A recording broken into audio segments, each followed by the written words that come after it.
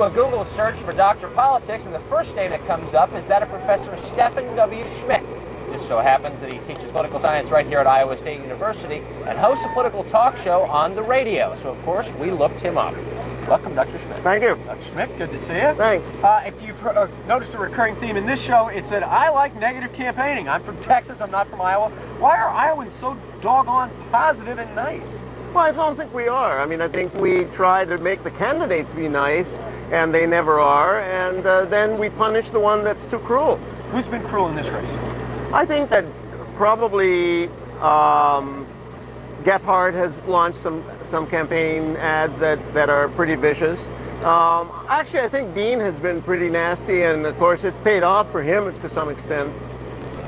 But wondering, couldn't Iowa have devised an easier way for people to exercise democracy? The caucuses are intensely complicated and time-consuming. Why not just vote? But you have to have some place where people can actually discuss this stuff before they vote. Isn't that what bars are for? Yeah, that's what bars are for. Actually, the caucuses are a lot like bars. You go in, you sit around, you try to talk somebody into or out of something, and it's the only time that you can do that. The rest of the time, you're prohibited from campaigning in the polling place. Here, you're required to campaign in the polling place, and that's kind of a cool thing to do, and I think you need to have one place in the country where that happens. Keep the candidates honest. But isn't the public aspect of this really kind of a chilling effect? It's not a secret ballot. You're standing there in a gymnasium, in a church basement, in Union Hall, and you look across the room, and there's your boss for another candidate, or there's your mistress over there, maybe, looking for...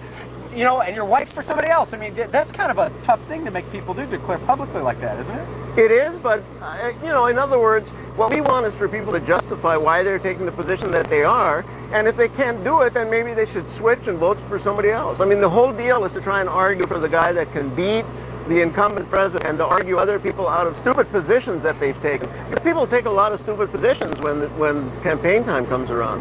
They do on cable talk shows, too, as a host. I certainly have done that myself.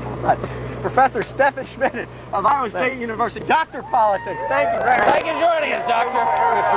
Thank you. From the left, I am Paul Bagala.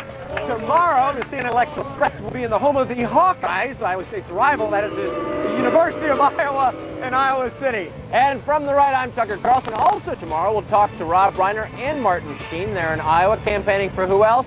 Howard Dean. Wolf Blitzer Report starts right now. Have a great night.